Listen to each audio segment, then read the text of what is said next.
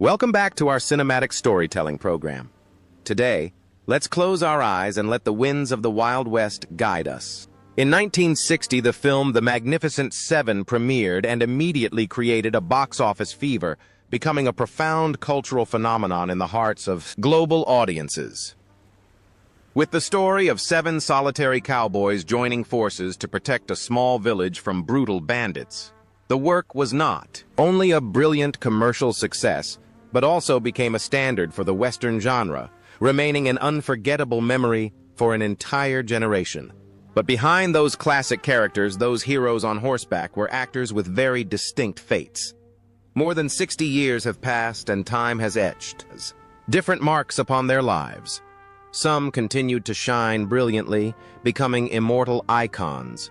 Some chose a quiet path, and there were those who had to end their journey in tragedy and pain.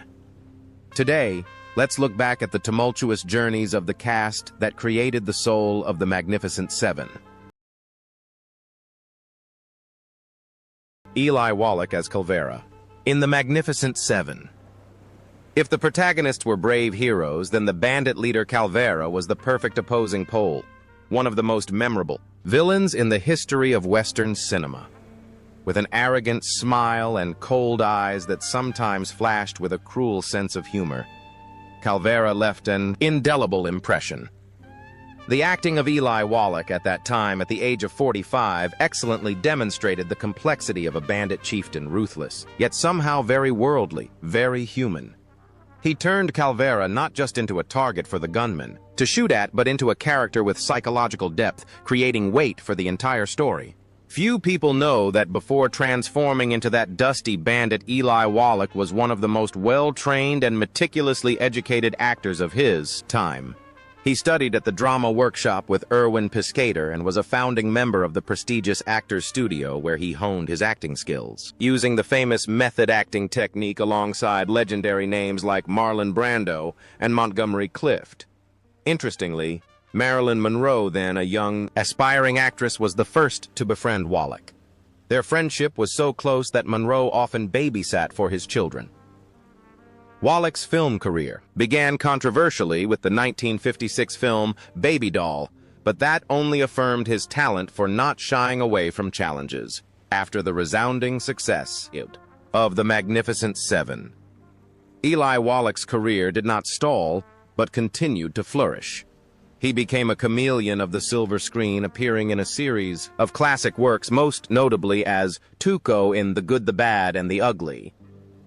He maintained an astonishingly persistent artistic output spanning over 6 decades. Even in his twilight years, he continued acting, and the last film he participated in was the short regarding his private life, in complete contrast to the image of the solitary and cruel bandit on screen. Eli Wallach in real life was the model of an exemplary and warm family man.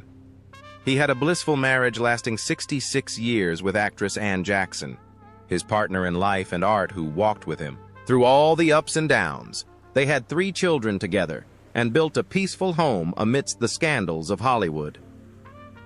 Although a stroke in 2005 took the vision in one of his eyes, Wallach's optimism and gentle smile never faded.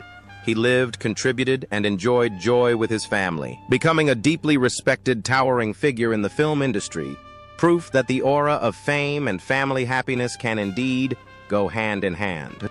However, that glorious and happy journey had to come to an end.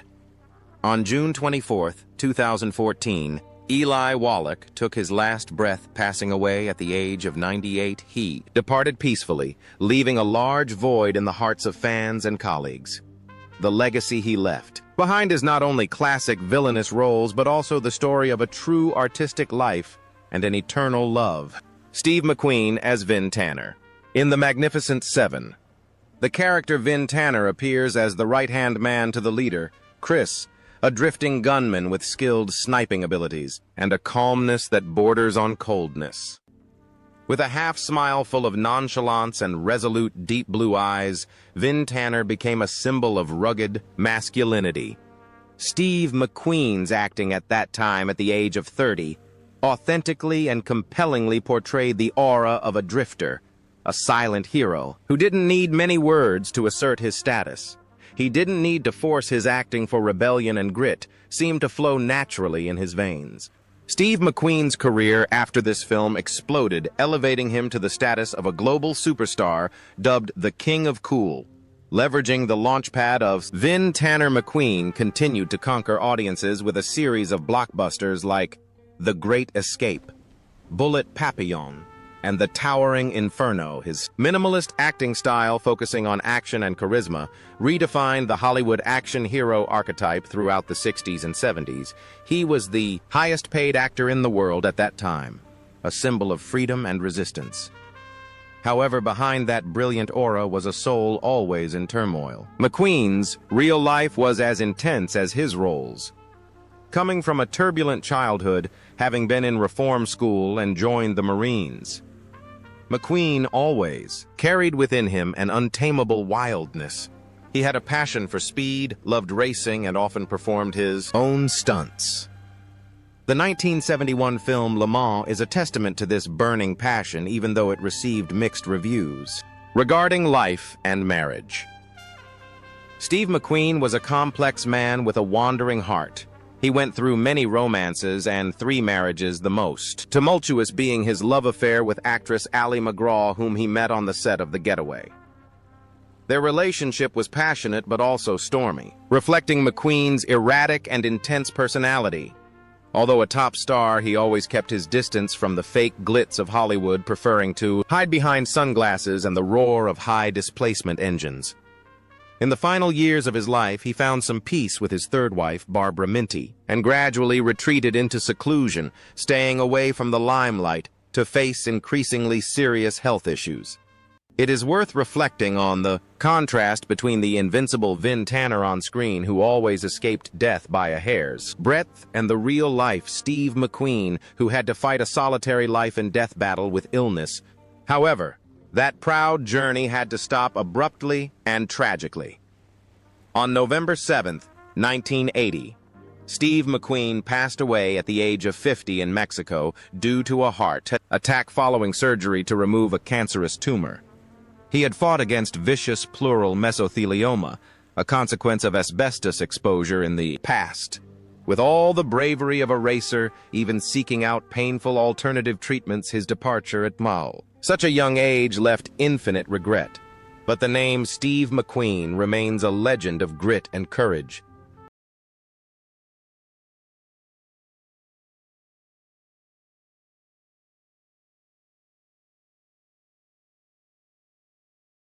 Charles Bronson as Bernardo O'Reilly. In The Magnificent Seven, Bernardo O'Reilly is a special character. On the surface, he is a taciturn, rough gunman, a mercenary for money, but deep inside lies a kind heart, especially in the warm affection he holds for the village children. With a weathered face carved like stone, and eyes that were both resolute and sorrowful, Charles Bronson left a deep impression as a gentle giant. His acting did not need to be showy. His silence on screen was the most powerful language, making the audience feel both respect and love. Charles Bronson's career was a late-blooming but incredibly enduring journey. Coming from a poor Lithuanian miner family, he brought the hardship and toughness of real life into every role. After the success of The Magnificent Seven, it took Bronson a long time to truly step up to the peak of fame. He became a top global action star in the 70s, especially with the Death Wish series, where he transformed into an obsessive vigilante. Bronson's acting style became increasingly minimalist and cold, but it was that economy of words that created an irresistible attraction, making him a symbol of naked masculinity. He was proof that one doesn't need a polished, dashing appearance. Authenticity and life experience are an actor's sharpest weapons, completely contrary to the image of brutal punishers or cold gunmen on screen. Charles Bronson's daily life was incredibly warm and full of love. He was a true family man. The deeply engraved love between him and actress Jill Ireland was one of the most beautiful stories in Hollywood.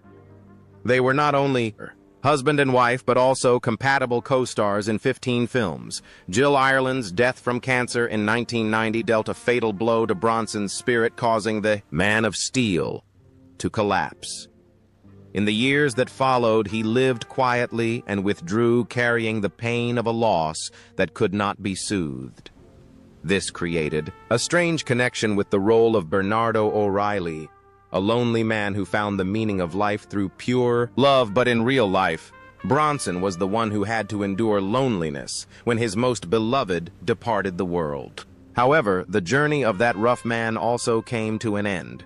On August 30th, 2003, Charles Bronson passed away at the age of 81 at Cedars-Sinai Hospital. The cause of death was a combination of respiratory failure, metastatic lung cancer, and Alzheimer's disease that had tormented him in his final years. His passing left a large void in the action genre, but the legacy of a man who rose from the mines to become a legend will always be remembered. James Coburn as Britt, in The Magnificent Seven. The character Britt is the man of fewest words but the coolest. As a knife-throwing expert with superior skills, Britt exudes a calmness that is chilling. James Coburn, with his lanky physique, signature radiant smile, and leisurely demeanor, turned Britt into one of the most beloved characters in the film, despite having very little dialogue. He proved that sometimes presence and charisma are more important than words. After the success of the film, James Coburn quickly rose to become an A-list star. He became a symbol of masculinity, ruggedness, and humor in the 60s and 70s, standing out as Spy Derek Flint in the James Bond spoof series Our Man Flint. He collaborated effectively with martial arts legend Bruce Lee and was known as a martial arts and Eastern philosophy enthusiast. However, his career was severely interrupted by rheumatoid arthritis that tormented him for many years, leaving his talented hands almost paralyzed. But like Britt's resilience, Coburn did not surrender. He fought, treated it, and returned to the screen, spectacularly culminating in an Oscar for Best Supporting Actor in the film Affliction 1997, a worthy recognition for his ageless talent. Regarding his personal life, James Coburn went through 2 marriages. His first marriage to Beverly Kelly lasted 20 years and produced 2 children in 1993. He found new happiness with actress Paula Murad. Together, they founded a charity named after them to help the community. Coburn was famous for his liberal, optimistic, and life-loving lifestyle. He always kept a smile on his lips even when facing physical pain. The contrast between a cold, deadly Britt on film and a warm, peace-loving James Coburn in real life is an interesting trait. The role of Britt seemed to influence him in the stillness of his soul, helping him overcome the major upheavals of life. However, that inspiring journey had to stop abruptly. On November 18, 2002, James Coburn passed away at the age of 74 due to a sudden heart attack while listening to music with his wife at their home in Beverly Hills. He departed quickly without prolonged pain, leaving behind his trademark smile and a massive cinematic legacy. His wife Paula also passed away from cancer less than 2 years later, following her beloved husband. Natividad Vacío as Miguel, in The Magnificent Seven. Besides the 7 magnificent gunmen, one cannot fail to mention the villagers, with Miguel being a typical representative. Natividad Vacío transformed into a gentle, honest farmer, representing the weak people yearning for freedom and peace. Although his screen time was not as extensive as the main roles, Vacío's weathered face, anxious eyes, and sincerity contributed to creating an emotional foundation for the story, helping the audience understand why the 7 gunmen were willing to sacrifice their lives to protect this village. In real life, Natividad Vacío was a dedicated and multi-talented actor. He was not only a character actor specializing in Latin American roles, but also a talented musician. The close friendship between him and George Reeves, who played Superman, is a beautiful anecdote in Hollywood. They often played music and sang together, sharing happy moments behind the scenes. Vacío's career spanned decades, participating in a series of classic TV shows and movies like The Milagro Bean Field War. He represented the class of diligent actors, those who may never stand in the center of the poster, but without whom the cinematic picture would never be complete. Natividad Vacíos. Life passed quite peacefully and privately. He dedicated his whole life to art, bringing his culture and music into every small role. The role of Miguel seemed to apply to his life in its simplicity and loyalty. He was like a poignant low note in the great symphony of Hollywood, always there, silently contributing and providing a background for others to shine without envy or complaint. However, that silent journey had to stop. On May 30th, 1996, Natividad Vacío passed away at the age of 84 in Burbank, California. His passing may not have caused a global shock like the major stars, but for those who love classic cinema, he remains an indispensable part of memory. Pepe Hearn as Tomas, another villager who contributed to creating a multifaceted picture of the lives of oppressed farmers. Although the role of Tomas did not have much screen time to display personal technique, Pepe Hearn's presence contributed to creating authenticity for the film's setting. He was one of the familiar faces representing the Hispanic community in Hollywood at that time. Pepe Hearn's career spanned 4 decades, mainly on the small screen. He was a hard-working actor appearing in a series of hit TV series such as Bonanza, The Fugitive, or Charlie's Angels. He is proof of the perseverance of artists who view acting as a serious profession, not just a glamorous excursion. His life did not have dazzling peaks or tragic depths, but was a gentle flow of genuine artistic labor. The role of Tomas and Pepe Hearn's life met in simplicity. He lived a peaceful life, avoiding scandals, and dedicated himself to every role, even the smallest ones. He represented thousands of other silent actors, those who have been and are quietly building the massive film industry. However, that persistent journey also had to come to an end. In 2009, Pepe Hearn passed away in Los Angeles at the age of 82. Passing closed the list of people who created the legend of the Magnificent Seven, leaving us with reflections on silent dedication. Vladimir Sokolov as the Old Man. In the Magnificent Seven, the character. The Old Man is the soul and intellect of the village. He is the one who makes the decision to find gunmen to protect the villagers, representing wisdom and foresight. Vladimir Sokolov, with his extensive acting experience and benevolent face, performed this role with absolute majesty and composure. He brought a philosophical depth to the film, reminding us of the value of land roots and survival. Vladimir Sokolov's real life was a novel full of the upheavals of 20th century history. Born in Russia, formerly an actor and assistant director at the prestigious Moscow Art Theater, he had to undergo continuous migrations to escape the cruelty of the Nazis, from Berlin to Paris, and finally to America. Sokolov was a true exiled artist. Although the language barrier was huge, his talent overcame it all. He became the master of makeup of Hollywood, capable of playing roles of over 35 different nationalities, from Chinese to French to Mexican. The erudition and painful experiences of real life helped him breathe life into the character of the Old Man in the most authentic way. Sokolov's life is proof of the power of art to rise above borders and adversity. He was not just an actor, but a living witness to history. The role in The Magnificent Seven was one of his last roles, like a meaningful farewell. The connection between the role and his life is very clear. Both were men seasoned by experience, having gone through many storms and always maintaining a firm belief in life. However, the journey of the great artist had to stop. On February 15, 1962, just 2 years after the film's release, Vladimir Sokolov passed away in Hollywood due to a stroke at the age of 72. He departed while still contributing to the arts, leaving behind a massive legacy of acting technique and resilient spirit. Horst Buchholz as Chico. In The Magnificent Seven, the character Chico is the youngest piece of the puzzle, the most impulsive but also full of enthusiasm. As a young gunman, yearning to prove himself to join the group, Chico carried a recklessness that was also quite endearing. With his handsome looks, radiant smile, and fiery eyes, Horst Buchholz, dubbed the James Dean of Germany, blew a fresh breeze into the film. Buchholz's acting at that time was full of energy, excellently portraying the psychological transition from an arrogant young man to a man who knew how to sacrifice for love and justice. After the resounding success of the film, Horst Buchholz stood before a golden opportunity to become an international superstar. Hollywood rolled out the red carpet to invite this handsome German actor. He continued to participate in major projects like Fanny or the comedy 1, 2, 3 by the famous director Billy Wilder. However, Buchholz's career was a series of regretful what-ifs.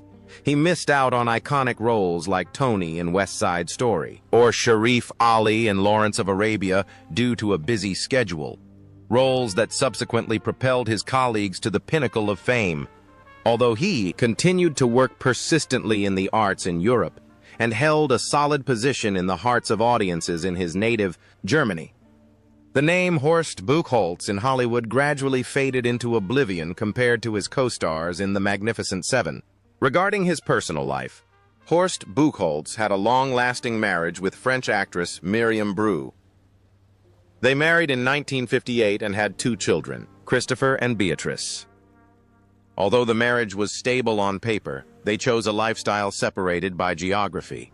Buchholz loved life in familiar Berlin, while his wife found success and settled in Paris.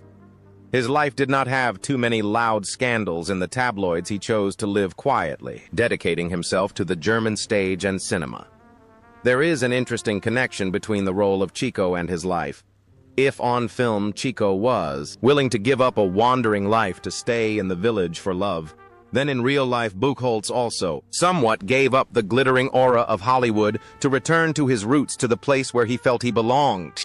However, that journey had to stop, abruptly shocking his loved ones. On March 3, 2003, Horst Buchholz passed away at the age of 69 in Berlin. He died of pneumonia that developed after surgery for a broken hip. His passing occurred in the same year as his colleague Charles Bronson, closing a sad chapter for fans of the film from years past.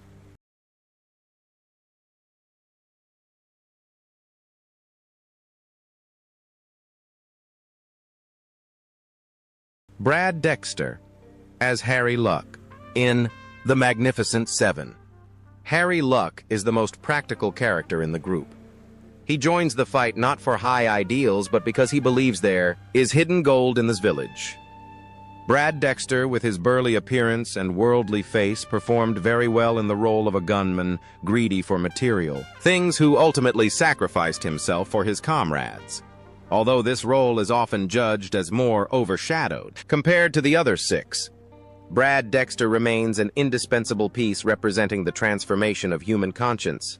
Unlike his co-stars, Brad Dexter's acting career after the film did not explode significantly. He was often typecast in supporting roles, villain roles, or tough guy roles. However, he found success as a film producer. The most memorable thing in Brad Dexter's life was not on the screen, but a shocking, real-life event. In 1964, he bravely saved music legend Frank Sinatra from drowning in Hawaii. This heroic act bonded the 2 men, and Dexter later became Sinatra's right-hand man, even vice president of Sinatra's company. However, this relationship later fractured, reflecting his straightforward and unyielding personality. Brad Dexter's love life was also stormy, with short marriages, including a marriage to famous singer Peggy Lee. It wasn't until the end of his life that he found a peaceful harbor with his wife June Dare. There is an interesting similarity between the role of Harry Luck and Brad Dexter. Both were practical men, sometimes misunderstood as opportunists, but in decisive moments they both proved their heroic qualities and precious loyalty. He may not have been the brightest star in the Hollywood sky, but he was a man of courage and worthy of respect. However, the journey of the silent hero had to come to an end. On December 12, 2002, Brad Dexter passed away at the age of 85 in Rancho Mirage. Due to emphysema, his passing occurred less than a month after the death of James Coburn, making 2002 a year full of loss for those who loved the film. Robert Vaughn as Lee in The Magnificent Seven. Lee is the character with the most complex psychological color.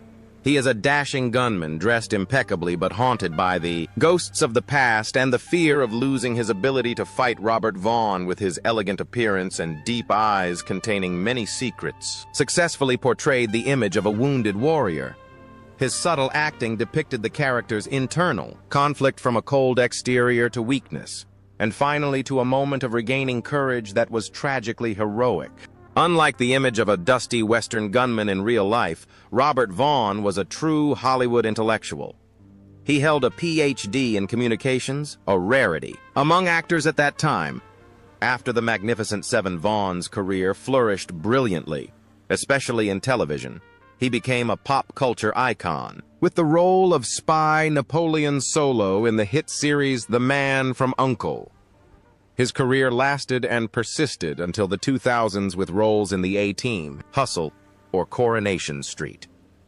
He always maintained a dignified demeanor, a warm voice, and an intelligent, sharp acting style through hundreds of roles, large and small. Robert Vaughn's private life was also quite fulfilling. He married actress Linda Staub in 1974, and together they built a happy family in Ridgefield, Connecticut, with 2 adopted children. Staying away from scandal, Vaughn chose a peaceful life, writing books and participating in social activities. Although there were unverified rumors about him being the biological father of director Matthew Vaughn, he always maintained a calm and discreet attitude. What is worth reflecting on is the connection between the role and his life. If the character Lee on screen always feared being washed up and death, then Robert Vaughn in real life had an enduring career and a meaningful life. Until his very last days, he was the last survivor among the 7 gunmen, becoming a historical witness to a golden era.